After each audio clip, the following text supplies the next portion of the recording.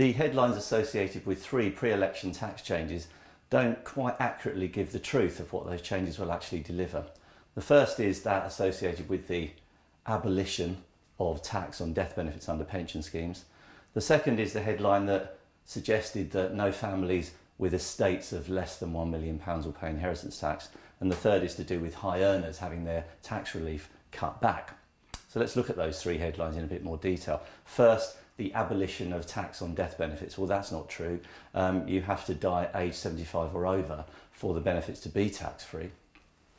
The second, no family will pay inheritance tax on an estate of less than £1 million, implies that there's maybe a nil rate band of £1 million or at least 500,000.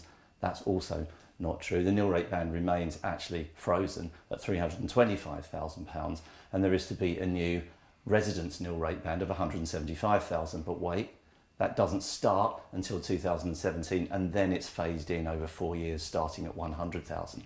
There's also some really mealy-mouthed conditions attached to that, in that, of course, the nil rate band, this new residence nil rate band, will be cut back by £1 for every £2 that your estate exceeds £2 million.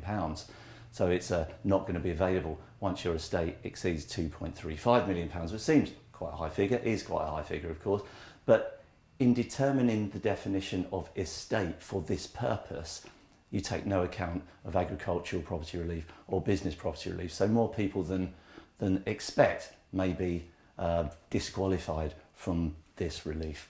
And then we look at the high earners. Okay, people earning more than 150,000 will have the ability to make tax relief pension contributions scaled back so that their annual allowance will be reduced gradually from £40,000 to £10,000, again by £1 for every £2 that their earnings exceed 150,000, except that it's not their earnings. We look at their entire income. So when you look at that income level, one, it's called adjusted income, and two, you take account of all income. So that's investment income, rental income, interest, not just earnings. The fact that you think earnings, because it's associated with pensions, is to be understood, but it is all income that's taken into account. So 3 things there to take into account and to inform your clients about, because the headlines may lead them to assume something other than the truth.